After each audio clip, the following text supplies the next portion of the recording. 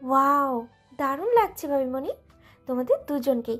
তোমরা তো দেখছি দারুণ শ্যাম কাপড় সুন্দর।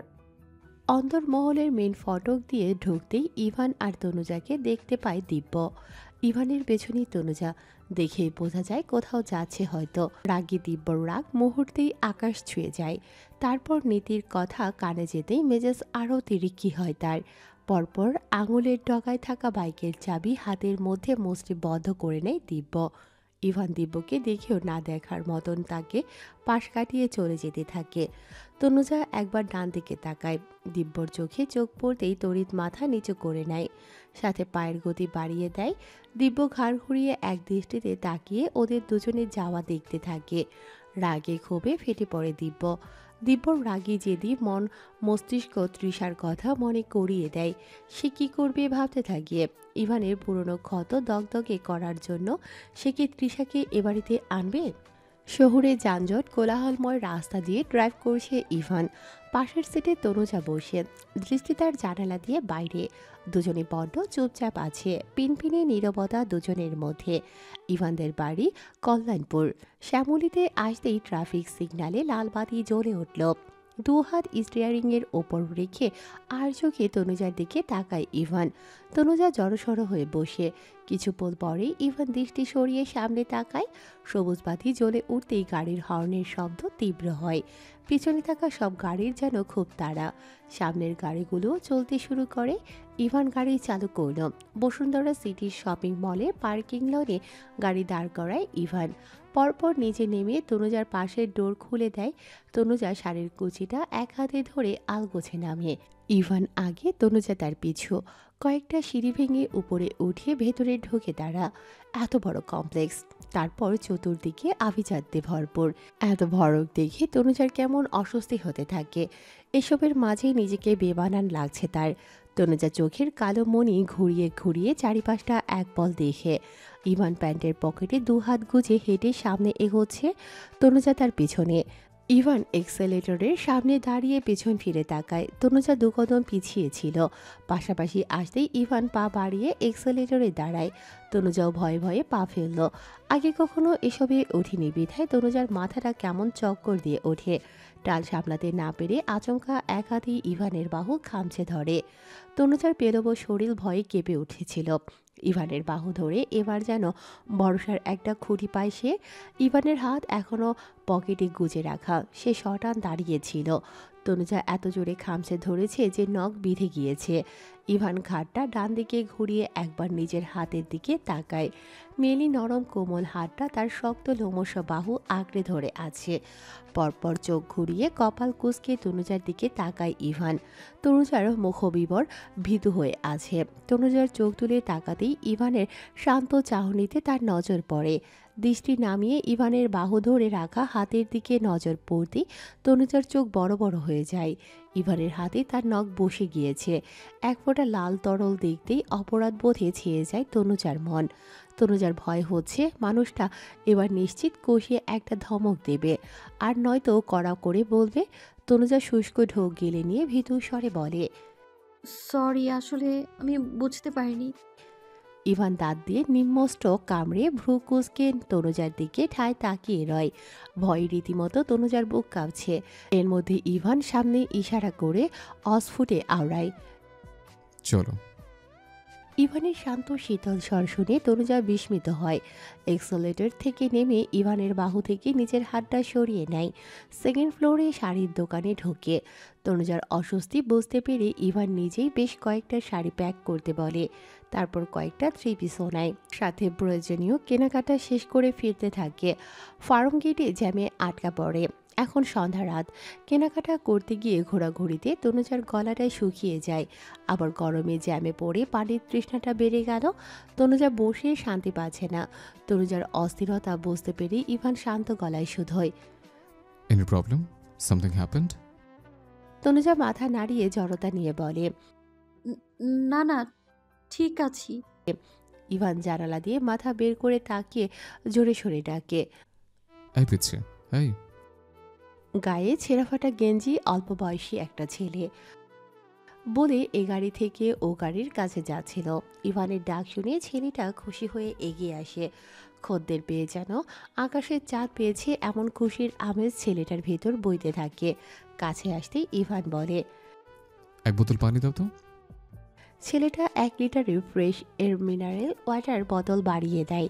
ইভান পকেট থেকে ওয়ালেট বের করে 200 টাকার একটা নোট দেয়। ছেলেটা গাল চুলকিয়ে অসহায় কণ্ঠে বলে। ইভান স্মিত হেসে বলে। পুরোটাই রেখে দাও। ছেলেটার ম্লান মুখে হাসি ফুটল। একগাল হেসে টাকাটা হাতে নিয়ে খুশি হয়ে সে আরেক গাড়ির দিকে ছুটল। তনুজা অবাক নয়নে চেয়ে চেয়ে দেখল।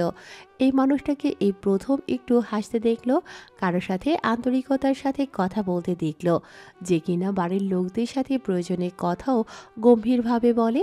ইভান তনুজার দিকে বোতল বাড়িয়ে দিয়ে বলে, নাও, তোমার বোধহয় এটা প্রয়োজন। তনুজা আরেক দফা চমকালো। লোকটা কি করে জানলো তার পানির পিপাসা পেয়েছে? তনুজা পিট করে তাকিয়ে ইভানের হাত থেকে বোতল নেয়। বোতলের ক্যাপ খুলে ধীরে ধীরে পানি খায়। এদিকে কি করবে তাই ভেবে দিশেহারা দিব্য। ঘরময় অস্থিরতায় পায়চারি করছে। রাগ করে রাতে ডিনার করতে নিচে যায়নি সে। মা এসে ডেকে গিয়েছে, খাবে না, ক্ষুধা নেই বলেছে। তবে দিব্য জানে মাম্মা ঠিক সব কাজ শেষে খাবার নিয়ে রুমে আসবে। এটা সেটা বলে ইমোশনালি ব্ল্যাকমেল করে অল্প করে হলেও খাওয়াবে। হাঁটছে আর 2 আঙ্গুল কপালে ঘষে বুদ্ধি বের করার চেষ্টা করছে। রুমের দরজা বরাবর এসে দাঁড়াতেই নীতির গলায় শুনতে পায়। সিঁড়ি দিয়ে আসছে আর নিত্যকে জোরে জোরে কিছু বলছে। দিব্য রুমের সামনে দাঁড়ায়। নিত্য 2 বোন ডিনার শেষে করিডোর দিয়ে নিজেদের রুমে যাচ্ছিল। এমন সময় নীতি, এই নীতি, আমার রুমে একবার হয়তো। নীতির চোখ উটপাখির ডিমের আকার হয় যেন। দিব্যর কথা শুনে থ মেরে দাঁড়িয়ে রয়। দিব্য বিরক্ত হয়ে বলে। তুমি রুমে? নীতি পাশে থাকা বোনের দিকে তাকিয়ে বলে। তুই রুমে যা, আমি আসছি। দিব্য বিছানায় 2 হাত ঠেস দিয়ে পা দুটো ঝুলিয়ে বসে।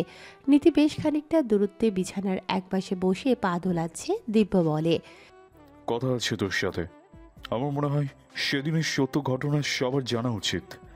আসল সত্যটা বের করার জন্য তনুজা থেকে ডিটেল সব কিছু শুনতে হবে। সেখান থেকে ক্লু নিয়ে মূল কালপ্রিটকে বের করতে হবে। সেদিন তনুজা কি করে ইভানের রুমে ছিল জানতে হবে। অ্যাকচুয়ালি কি ঘটেছিল জানাটা খুবই জরুরি। নীতি বড় করে হাই তুলল। তাই দেখে দিব্য দাঁত কিরমির করে। সে খুব সিরিয়াস হয়ে বলছে, আর এটা হাই তুলছে। কষিয়ে একটা ধমক দিতে ইচ্ছে হলো। কোনো রকমের রাগটা কন্ট্রোল করে দিব্য ধমকে সুরে ফের বলে, আমি কি বললাম শুনেছিস? তনুজাকে। কথার মাঝেই নীতি বলে, আবার তুমি তনুজা বলছো? নানু আপনা তোমাকে ভাবি বলতে বললো? সে না তোমার থেকে সম্পর্কে বড়। দিব্য চোয়াল শক্ত করে বলে, নীতি, তোর নীতি বাক্য রাখ। আমার কিন্তু মেজাজ খারাপ হয়ে যাচ্ছে। তুমি একটা কথা বলো তো আমায়, বলো তো শুনি। বলো, কোনো সময় তোমার মেজাজটা ভালো থাকে? আমি তো কখনো তোমার ভালো মেজাজটা দেখি না। এখন দেখি, মানে যখনই দেখি তখনই তো রেগেই থাকতে দেখি। মেজাজ তো তোমার সব সময় 440 ভোল্টের হয়ে থাকে। সেখানে নতুন আর কি আছে মেজাজ খারাপ হবে? দিব্য ধমক দিয়ে বলে, থাম, আর যা বললাম তাই করবি। তুই সবটা শুনে আমাকে জানাবি। নীতি ভাবলেশীন থাকে। দিব্যর ধমক রাগের তোয়াক্কা করে না সে। গাছাড়া ভাবে নির্লিপ্ত কণ্ঠে বলে, আচ্ছা, এখন পুরনো কাসন্দি ঘেটে আর কি হবে বলো? যদি সেদিন ওদের মধ্যে কিছু হয়েও থাকে, ওরা তো এখন দাম্পত্য। তাই ব্যাপার না, যা হওয়ার হয়েছে, বাদ দাও তো তুমি। তার চেয়ে তুমি যদি বলো তুমি কাকা হচ্ছ কবে, এই খবর জানতে এক্সাইটেড হলে এই ব্যাপারে আমি তোমার হেল্প করতে পারি। ভাই বোনকে জিজ্ঞেস করবো, তা আমাদের দিব্যবাবু কাকা হচ্ছে কবে? সে তো কাকা হওয়ার জন্য ব্যাকুল হয়ে আছে। তোমরা ফার্স্ট বেবি নাও, আর তাকে দিব্য হাত উঁচিয়ে 1 আঙ্গুল দরজা বরাবর তাক করে চোয়াল ঝুলিয়ে চেঁচিয়ে বলে, out, get out from my room. ফুসফুস করে নিঃশ্বাস ফেলে রাগটা কমানোর চেষ্টা করে। থেমে দাঁত কিরমিরিয়ে বলে, এক্ষুনি আমার রুম থেকে বেরো। 1 সেকেন্ডের মধ্যে আমার চোখের সামনে থেকে দূর হবি। অনেক কষ্টে কিন্তু আমি নিজেকে কন্ট্রোল করেছি। তুই আমার ধৈর্যের লিমিট ক্রস করে গিয়েছিস। নীতি ফট করে বসা থেকে উঠে দাঁড়ায়। 1 আঙুল নাকে ঘষে বলে, আরে যাচ্ছি, মোটেও তোমার এখানে থাকার ইচ্ছে আমার একদম নেই। এমনিতেই রাত, তার উপরে বাড়িতে যা শুরু হয়েছে আমি তো এখনো বেশ ভয়েই আছি। রাতে একলা রুমে তোমার সাথে আছি বলে নানুমণিরা জোর করে ধরে বেঁধে তোমার সাথেই জুড়ে দেয়। দিব্যর চোখ দুটো রাগে লাল টকটকে হয়ে আছে, যেন চোখ দিয়ে ভস্ম করে দেবে। নীতি তোয়াক্কা করে না এসবের, সে মুখ ভেঙিয়ে বলে। গেলাম, টাটা, বাই বাই। নীতি যেতেই শব্দ করে দরজা লাগিয়ে দেয় দিব্য। নীতি তাকে তনুজার বাচ্চার কাকা বানিয়ে দিল।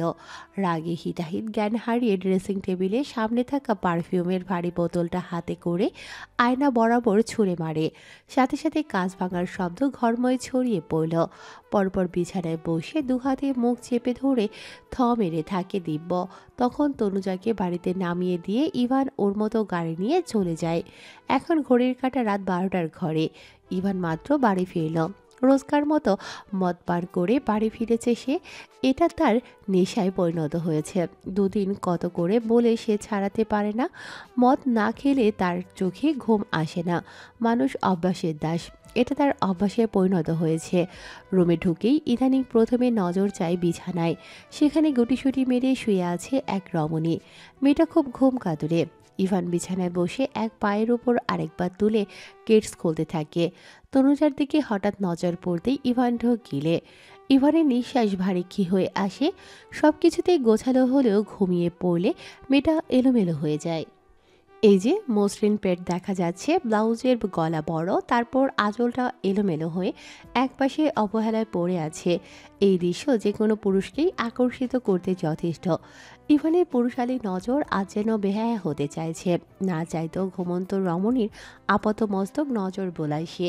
কেমন একটা অদ্ভুত শিহরণে শিহরিত হয় ইভানের তনুমন। তারপর নেশা অবস্থায় থাকায় চুম্বকের ন্যায় টানছে। ইভান লম্বা শ্বাস টেনে নিয়ে উঠে লাইট বন্ধ করে দেয়। আজ আর ডিম লাইটও জ্বালায় না। রুমটা অন্ধকার করে দিয়ে সে শুয়ে পড়ে। ইভানের ভেতর অস্থিরতা কাজ করছে, ঘুম আসে না। শুয়ে নড়াচড়া করতে থাকে সে। কোলবালিশের ওপাশে আরামসে নিশ্চিন্তে ঘুমোচ্ছে তনুজা। দুজনের মাঝে থাকে ইয়া বড় একটা কোলবালিশ, যেন ভারত পাকিস্তানের বর্ডার। পাখির কিচিরমিচির শব্দে ঘুম হালকা হয় তনুজার। আড়মোড়া ভেঙে উঠে বসে তনুজা। এমন সময় গম্ভীর গলার আওয়াজ আসে। এরপর থেকে শাড়ি পরবা না, তুমি থ্রি পিস পরবা। জানালার পর্দা গলিয়ে সকালের এক ফালি নরম রোদ রোমময় ছড়িয়ে পড়েছে, যার দরুন রুমটা মৃদু আলোকিত। তনুজা পিটপিট চোখে ইভানের দিকে তাকায়। ইভান দুহাতে বালিশ জড়িয়ে উপর হয়ে শুয়ে আছে। তনুজা তাজ্জব বনে যায়। অবাকের সুরে সে প্রশ্ন করে ওঠে। মানে? কিন্তু কেন? আপনার দিদুনি তো শাড়ি পরতে বলে, থ্রি পিস পরলে বকাঝকা করে, তাই তো। ইভান চোখ দুটো বুজে রেখে জবাবে বলে। সারাদিন শাড়ি পরে থাকলেও রাতে থ্রি পিস পরবা। যদিও ড্রিঙ্ক অবস্থায় থাকলেও আমার নেশা ধরে না, কিন্তু রোজ রোজ যদি কেউ সিরিয়াস করতে এলোমেলো হয়ে থাকে তাহলে তো সমস্যা। কোন দিন অঘটন ঘটে যায়। পরপর মস্তিষ্ক সজাগ হতেই তনুজার অস্বস্তি হয়। বিষয়টা টের পেতে প্রচণ্ড লজ্জায় পড়ে সে। ইস, আগে থেকেই তার শোয়া ভালো নয়। দাদি এ নিয়ে মজা করে অনেক কথাই বলতো, তাই ইভানের কথা পুরোপুরি বিশ্বাস হয়। লজ্জায় তনুজার মাটি খুঁড়ে লুকোতে ইচ্ছে করে। 3-4 দিন পর পরন্ত বিকেল, কফি শপের নিরিবিলি পরিবেশের কর্নারের টেবিলে একটা ছেলে আর একটা মেয়ে বসে। মেয়েটার গায়ে ওয়েস্টার্ন পোশাক, ব্রাউন কালার করা চুলগুলো কাঁধের একটু নিচে, রোদ চশমাটা মাথার উপর তোলা। সামনের চেয়ারে বসা ছেলেটার মুখ গম্ভীর হয়ে আছে। তনুজা তনুজা তনুজা সামান্য একটা সাধারণ মেয়ের কাছে আমি হেরে যাচ্ছি। কি আছে এই মেয়ের মধ্যে যা আমার মধ্যে নেই? মেয়েটা কি আমার থেকেও সুন্দরী, আমার থেকেও বেশি এডুকেটেড, নাকি এই কৃষ্ণা চৌধুরীর থেকেও বেশি স্মার্ট? কোনটা? না না, কোনোটাই না। তবে কেন সবাই ওই মেয়েটার উপর ফিদা হয়? আমার মাথায় ধরছে না। রাগে ফসতে ফসতে বলে তৃষা। সামনের চেয়ারে বসা লিমন মুখটা কাচুমাচু করে বলে। আহামরি সুন্দর নয়, আহামরি সুন্দরী নয়, তবে মেয়েটার ফেসের মধ্যে আলাদা একটা মায়াবী দ্যুতি আছে। ওই যে সব ছেলেরা যেমন চায় একটা ভালো গুণ সম্পন্ন মেয়ে, মেয়েটার এই ভালো গুণ সকলের প্রতি আকর্ষিত করেছে। Shut up. তনুজার গুণগান শুনে তিশার পিত্তি জ্বলে ওঠে। কান দিয়ে রাগে ধোয়া বেরোতে থাকে যেন। কষিয়ে ধমক দিয়ে লিমনকে থামিয়ে দেয়। বেচারা ধমক শুনে মুখটা গম্ভীর করে থাকে। তৃষা একটু সময় নিয়ে নিজেকে স্বাভাবিক করে বলে। দিব্য আমার ফোন তুলছে না, নিউ নম্বর দিয়ে কল দিলে গলা শুনেই কল কেটে দিচ্ছে। এমনিতে আমার মাথা ঠিকঠাক কাজ করছে না, আর তুই কি না আমার সামনে তনুজের গুনগান গাইছিস? লিমন কোমড়া মুখ করে বলে, ওদিকে ফোন দিয়ে ওই মহিলা তো আমাকে রীতিমতো ব্ল্যাকমেল করা শুরু করে দিয়েছে। টাকা না দিলে দিব্যকে সব বলে দেওয়ার ভয় দেখাচ্ছে। শালি জবর বাল ফালাইছে আমার। কাজের কাজ কিছুই হলো না, সব উল্টোপাল্টা হয়ে গেল। মাঝখানে বলির পাঠা আমি হয়ে গেলাম। টেবিলের উপর কোনোই ঠেকিয়ে এক হাতে থুতনি চেপে ধরে তৃষা ফোঁস করে নিঃশ্বাস ফেলে বলে, ওকে আর কিসের টাকা দিব? একবার অতগুলো টাকা দিলাম না, তাও যদি এই প্ল্যান অনুযায়ী কাজ কিছু হতো তাহলে আরও দিতাম, কিন্তু সব তো উল্টোই হলো। শুধু শুধু আমার অতগুলো টাকা লস গেল, একদম লস প্রজেক্ট। এবার মনে হচ্ছে আমের আমও গেল, সাথে বস্তাটা। উফ। আমার মনে হয় তোর ইভানকে বিয়ে করে নেওয়াটাই ভালো ছিল। শেষ দিকে এসে কেন যে দিব্যর প্রতি আগ্রহী হয়ে গেলি আমার মাথায় ধরল না। ও বেটা যে রাগী আর জেদি, মনে হয় না তোকে। কথার মাঝেই তৃষা বলে ওঠে, এখন বুঝতে পারছি বড্ড বোকামি করে ফেলেছে। ইভান প্রেমিক হিসেবে খুব আনরোম্যান্টিক ছিল। মনে হতো না জানি ওর বেড পারফরমেন্স কত বাজে হবে, আর ইভান কেমন একটা শাসনের মধ্যে রাখতো, যা আমার মোটিভ ভালো লাগতো না। দিব্যকে টেস্ট করছিস নাকি? যে এখন দিব্যকে চাইছিস? আরে না, দিব্য আমাকে সেদিন পার্লার থেকে এয়ারপোর্টে ড্রপ করে দিয়েছিল, তবে তখনও আমাদের মধ্যে কোনো রিলেশন ছিল না। আমি জাস্ট দিব্যকে উল্টোপাল্টা বুঝেছিলাম ইভানের সম্পর্কে মিথ্যে বলে, আর এটাই সত্যি ছিল। ইভান আমাকে বিদেশে পড়াশোনা করতে দিতে রাজি ছিল না, এটাকে হাতিয়ার করে আর উল্টোপাল্টা বুঝ দিয়ে নির্বোধ দিব্যকে ইভানের বিরুদ্ধে নেই। দিব্যর কাছে প্রমাণ করতে চাই ইভান একটা সাইকো ওভার পজিটিভ, ওর সাথে কোনো মেয়ে কখনো হ্যাপি হবে না। অবশেষে বিয়ের দিন দিব্য আমায় হেল্প করে, আর হেল্প করতে গিয়ে দুই ভাইয়ের সম্পর্কে ফাটল সৃষ্টি হয়। তারপরে বিদেশ যাওয়ার পর দিব্যর সাথে আমার ফোনেই যোগাযোগ হতো, যেখানে আমার মেলোড্রামা থাকতো। এভাবেই ফোনেই একটা আমাদের রিলেশন হয়, আর ফোনই ব্রেকআপ করে দিব্য। আমি বুঝতে পারিনি দিব্য সত্যি সত্যি তনুজার প্রেমে পড়ে যাবে। সেদিন আমরা বাইক নিয়ে ঘুরতে যাই, রাস্তার পাশে থাকা টং দোকানে চা খাচ্ছিলাম। আমাকে ডেয়ার দেওয়া হয়েছিল পথ দিয়ে প্রথম যে যাবে তাকেই প্রপোজ করা। সেদিন প্রথম মেয়েটা তনুজা ছিল। প্রপোজ করার সাথে সাথেই রিজেক্ট হয়। আরও কড়া কড়া কথা শুনতে হয়েছিল। এই নিয়ে বন্ধুরা ট্রোল করে, দিব্য খুব মজা নেয়। আমি দিব্যর উপর বিরক্ত হয়ে বলি, কত পারিস তুই মেয়েটাকে পটিয়ে দেখা। দিব্য কলার ঝাঁকিয়ে বাজি ধরে মেয়েটাকে প্রেমে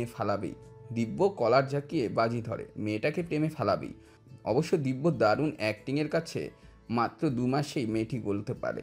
রোজ রোজ ওইদিকে যেত দিব্য, বাচ্চা ছেলে মেয়েদের দিয়ে ফুল পাঠাতো, আর যত ভালো কাজ আছে সেসব মেয়েটির সামনে দেখাতো।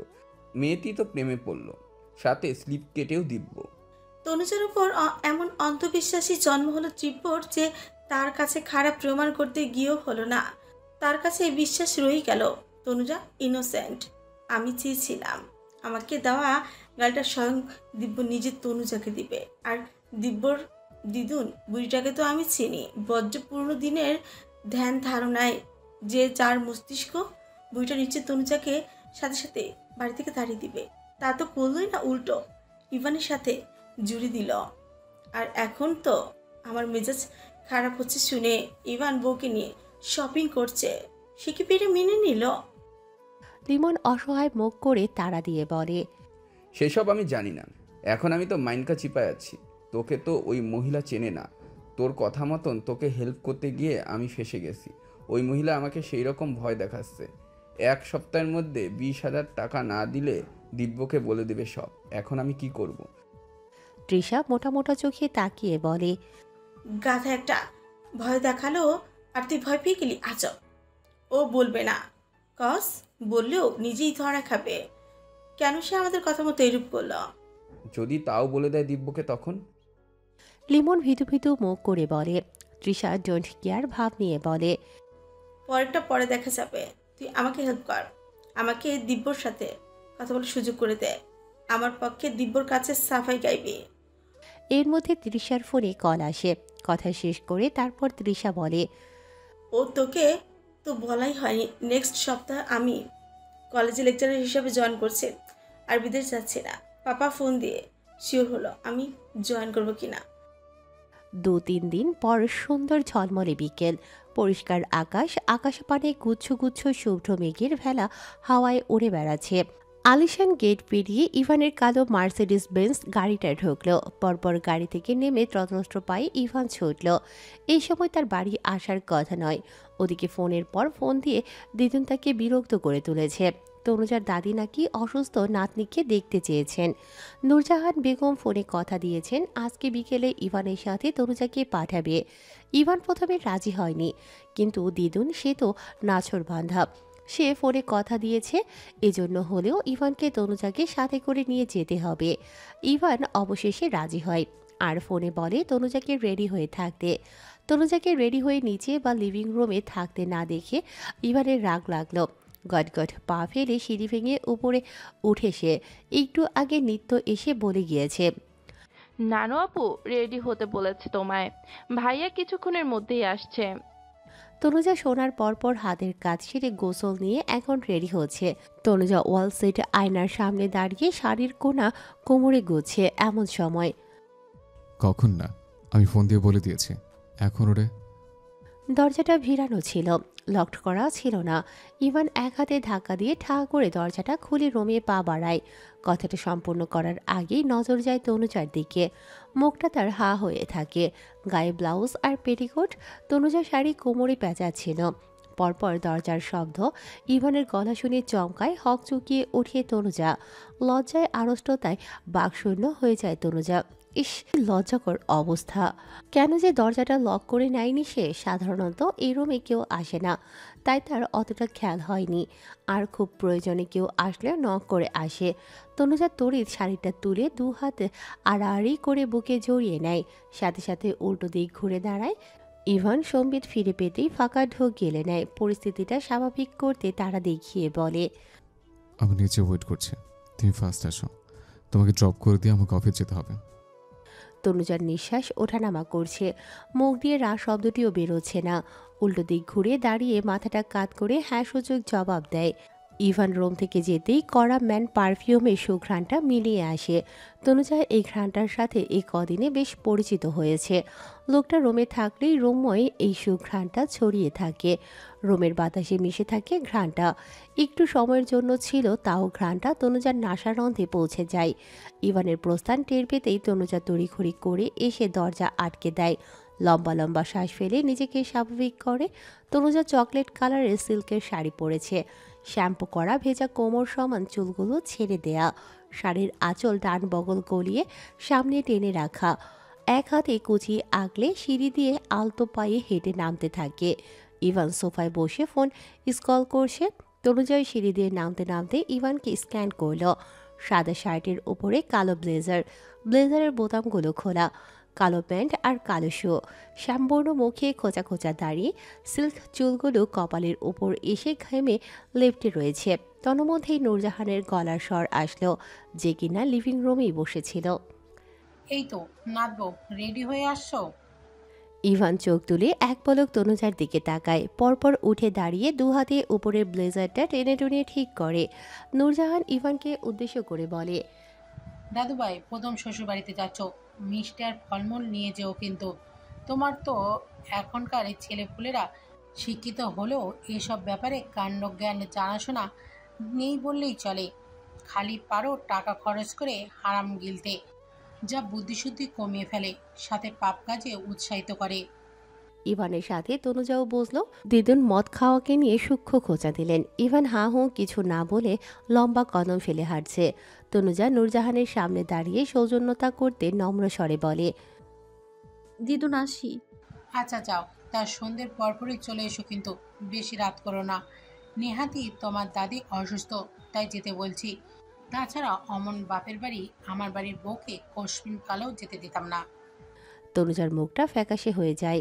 ইভান ড্রাইভ করছে, পাশে বসা তনুজার খোলা চুল বাতাসে উড়ে এসে বারবার ইভানের মুখের উপর পড়ছে। শ্যাম্পু করা চুলের গন্ধটা কেমন মাদকতার মতো ঠেকছে। ইভানের ভেতর অদ্ভুত শিহরণ জাগাচ্ছে।